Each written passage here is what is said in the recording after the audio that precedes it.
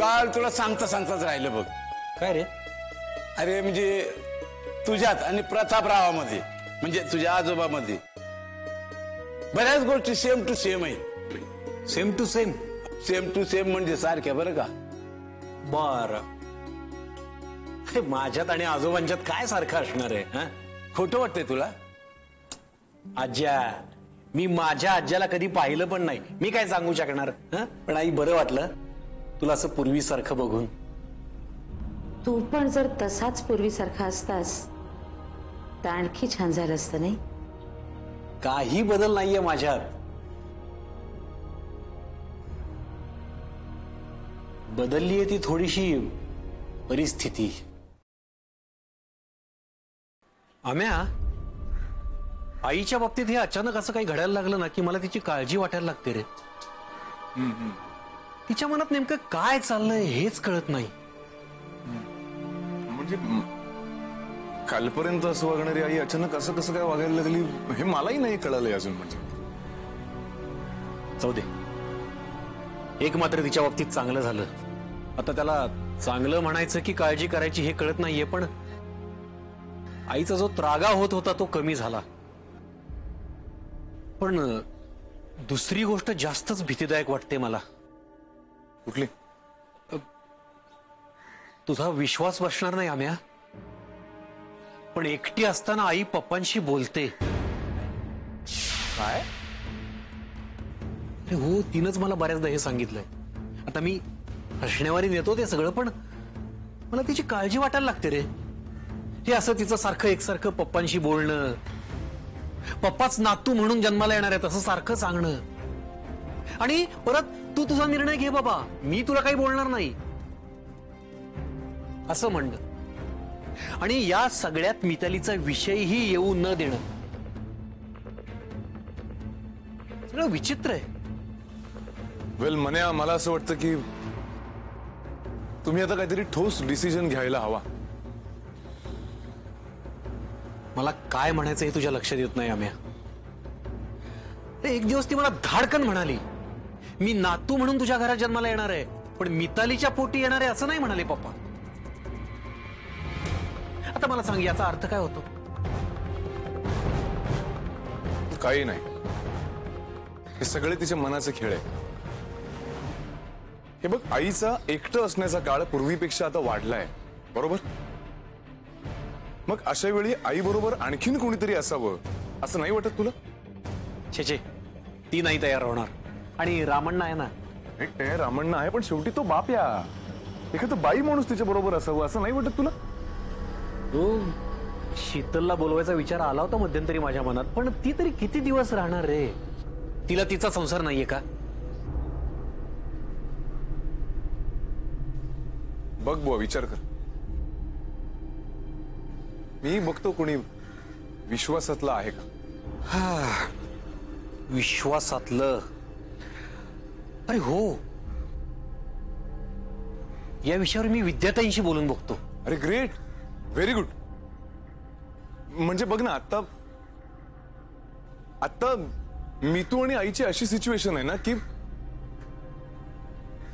दोघींपैकी कोणाचाही कधीही उद्रेक होऊ शकतो. Manya I am telling you this again and again, पण मन्या हे सगळं तुलाच सांभाळायचंय.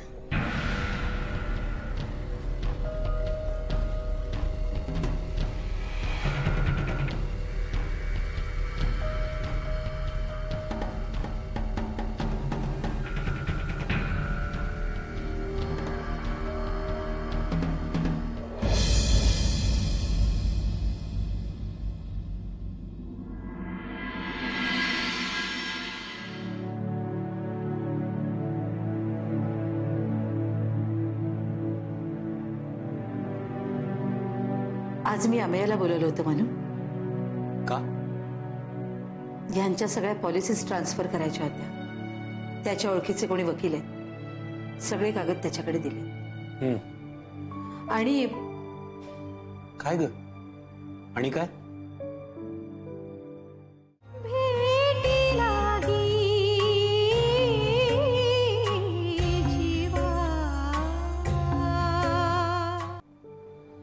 आई, सांगायचं नाहीये का? नाही, काही नाहीये. आई, मी तुला आता म्हणालो ना, तू अशीच राहा पूर्वीसारखीच. आणि आता मला खरंच कधी कधी तुझी खूप काळजी वाटते ग. काही नाही रे, हे गेल्यानंतर काही दिवस गेले जरा असेच, पण आता ओके आहे मी.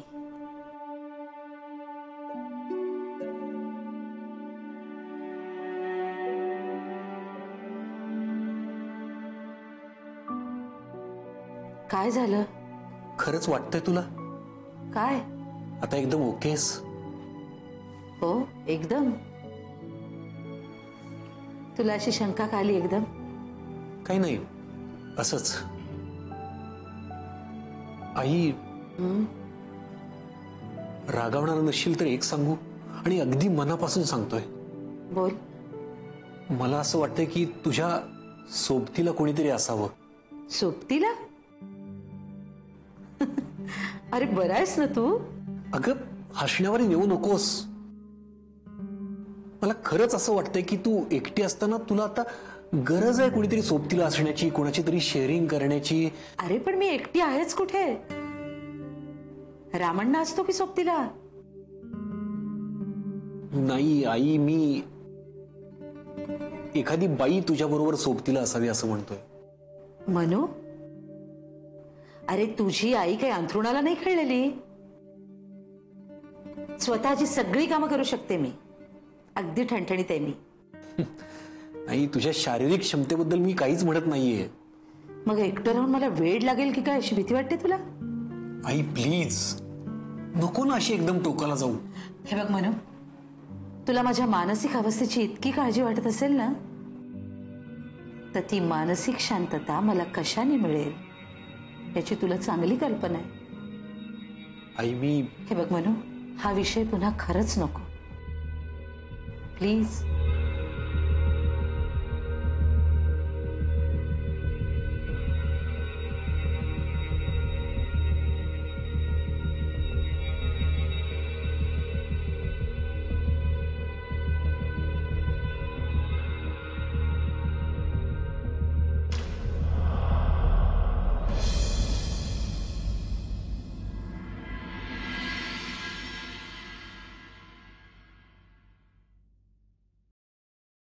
मन्या,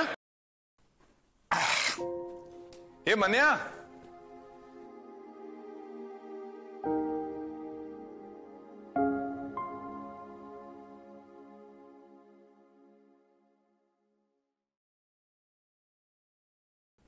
हो जागरूक नागरिक. कोण? मी? का? नाही, पेपर वाचताय, जगाची खबर ठेवताय, म्हणजे जागरूक नागरिकच झाले ना. बर, मग काय, 350 रुपये अंदाजे काय महिन्याचं बिल जागरूक नागरिक बनण्याचं. म्हणजे? हवा असली ही उसनी जागरूकता काय कामाची हो? मला जरा समजेल असं बोला प्लीज. महिन्याचे 350 रुपये खर्च केले ना की पेपर घरपोच येतो. असं दुसऱ्याच्या घरी जाऊन पेपर वाचायची गरज नाही.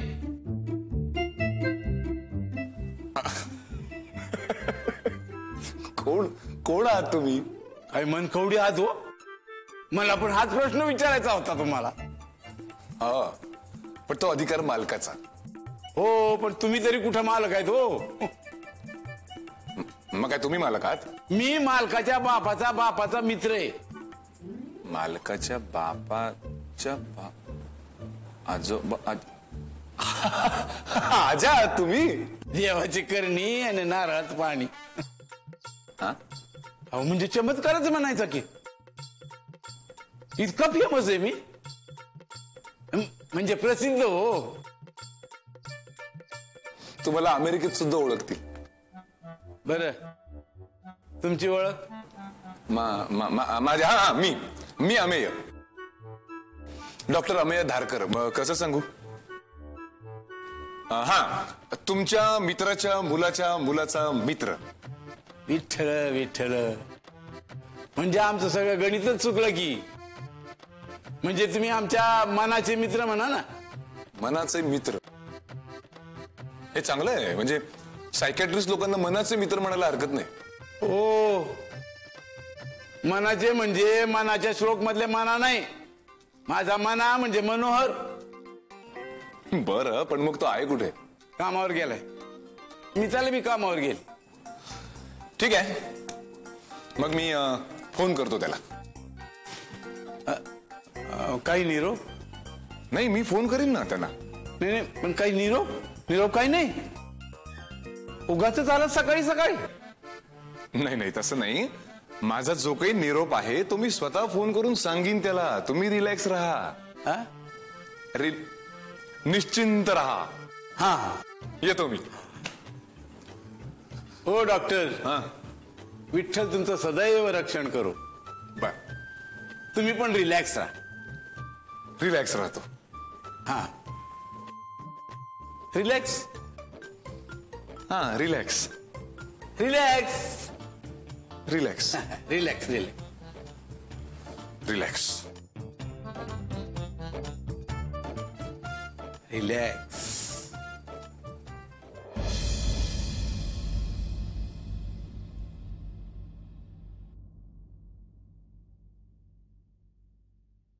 हा, एक 2 कॉफी पाठवून द्या केबिन मध्ये.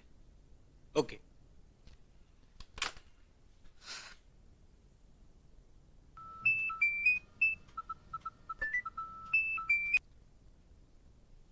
हॅलो.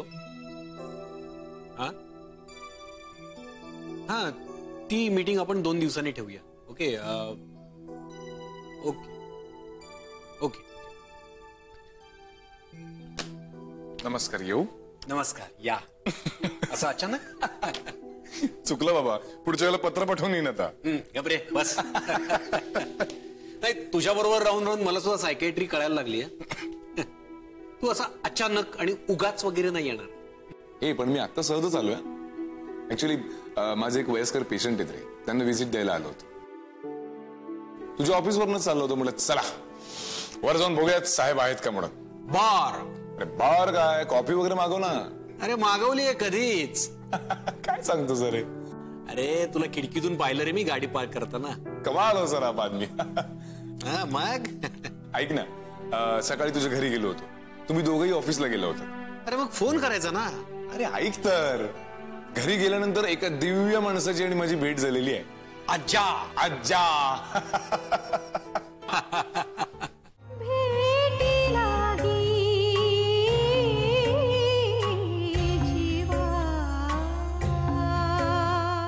धमाल, एक नंबर धमाल माणूस आहे. अरे धमाल नाही, कमाल माणूस आहे. कमाल. अरे पहिल्या भेटीत खिशात टाकलं त्याने आपल्याला. अरे जगात एकही गोष्ट अशी नसेल जी आज्याला येत नाही. आमचे पप्पा तर त्याला हरफन मौलाच म्हणायचे. पप्पांना खूप मदत झाली रे आज्याची त्या काळात. हे नाही, अगदीच शक्य आहे. मला आवडला आज्या. अरे आवडायलाच पाहिजे. हा, मग तुला सांगतो आम्या, माझ्या लहानपणीचा बराच काळ माझ्या आजोळीच गेलाय गावी. आम्या, पप्पा बघ किती हुशार होते. म्हणजे आपलं संस्कार होण्याचं वय असतं ना, त्या काळात त्यांनी मला बबण्यासोबत आज्याकडे राहू दिलं. त्याने येता जाता ऐकवलेल्या तुकोबारायाच्या अभंगावर तर माझ्या जगण्याचा बेस पक्का झाला. असाध्य ते साध्य करिता सायास कारण अभ्यास तुका म्हणे. क्या बात आहे. आणि हे सगळं इतक्या अलवारपणे की आमच्या कोवळ्या मनांवर त्या संस्कारांचा ओरखडाही उठू दिला नाही रे कधी त्याने. तिच्या बोलण्यात कळतं रे ते. अरे इतका बुद्धिमान माणूस पण कधी कधी इतका बालिशपणा करतो ना की बस. अरे आपण आपल्या लहानपणी काय खोड्या केल्या असतील असला खोडकरपणा तो या वयात करतो. काय सांगतो सर. घरात लहान मूल असण्याची आमची हौस तुर्तास तरी आज्या भागवतोय.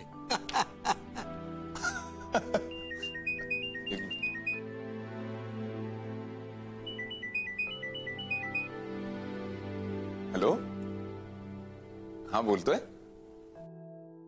Doctor Katdare. Don't tell me. तुम्ही माझ्या क्लिनिक मध्ये आहात. आलो आलो आलो आलो लगेच आलो लगेच आलो. होय होय होय. अरे मी निघतो. आलंय आलंय लक्षात आलंय माझ्या. तुला लगेच निघायचंय. तू खरं सायकेट्रिस्ट व्हायला हवं होतस. मग आता कॉफी मी एकटाच पितो. अरे यार कॉफी कॅन्सल करता येते रे. तू निघ. So nice of you. चल येतो. चल बाय. हज्जा आनंदाचे डोही आनंद तरंग.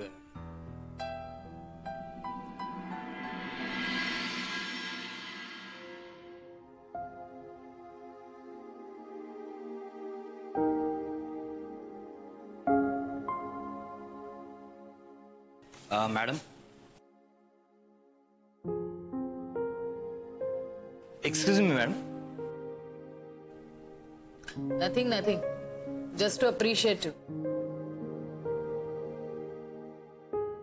Nice work. अगदी माझ्या डोक्यात होतं ना तसं झालंय. तसं उतरलंय वॉक थ्रू मध्ये. Thank you ma'am. ते सगळे ऍडिशन सुद्धा अप्रिशिएट केलेत त्यांनी. आणि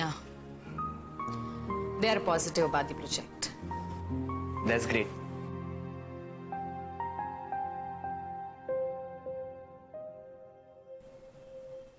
यादव, येस मॅडम. आपण हा जो माऊलीचा प्रोजेक्ट करतोय ना लहान मुलांसाठी, अनाथ मुलांसाठी, तसंच आपण स्त्रियांसाठी केलं तर, एस्पेशली ज्यांचं कोणी नाहीये अशा आयांसाठी. म्हणजे बेसिक गोष्टी त्याच राहतील. स्त्रियांच्या रिक्वायरमेंट प्रमाणे काही गोष्टी इन्फ्रास्ट्रक्चर बदलावं लागेल किंवा काही रिक्वायरमेंट प्रमाणे 1-2 गोष्टी ऍड कराव्या लागतील. ओके. मग मी प्लॅन तयार करायला लागू?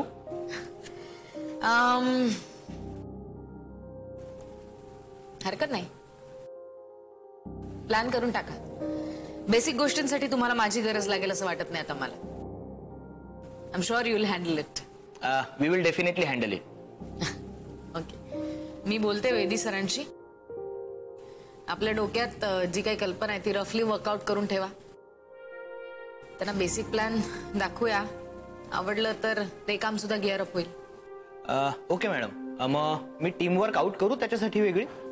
हो, करावीच लागेल. आपली माऊलीची टीम जेवढी स्ट्रॉंग आहे तेवढीच ही टीम सुद्धा स्ट्रॉंग झाली पाहिजे. Next to both. कामिनी भरूच्याकडे सगळी सूत्र देते मी. She will handle the project. Okay madam. चला कामाला लागायला हवं. Okay madam. माझ्या काही सजेशन्स आहेत त्या मी तुम्हाला मेल करते. Okay madam. Anything else? नाही, लागलं तर सांगेन तुम्हाला. ती फाईल ओपन होत नाहीये DS33. ती जरा चेक करा. एनिथिंग नाही मॅडम? नाही, काय आलं डोक्यात तर मी मेल करते. Okay madam. निघू मी? बरं ऐका ना, मला वर्तक नगरची फाईल पाठवून द्या ना. लगेच लगेच पाठव.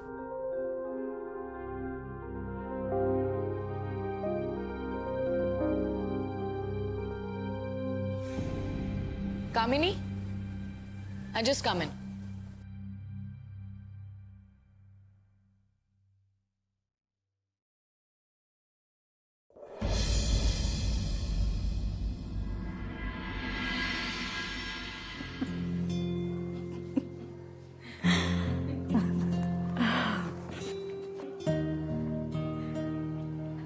तुला सांगते ना विद्या, आयुष्यात कधीतरी एक क्षण असा येतो की वाटतं जुनं सगळं विसरून पुन्हा नव्याने आयुष्य सुरू करावं. Good good, very good. मी आज सकाळी मनूलाही सांगितलं, हा, तुला जो निर्णय घ्यायचा तो घे, माझा कशाला विरोध नाही. अगं शेवटी त्याचा विचार पण मलाच करायचा आहे ना ग. अलका, एक विचारू? अगं परवा मी तुझ्याशी बोलत होते तर अगदी तावातावानं बोलत होतीस माझ्याशी. म्हणजे अगदी भांडायला निघाल्यासारखी मुद्देसूद बोलत होतीस. मग हा असा अचानक बदल कसा काय झाला?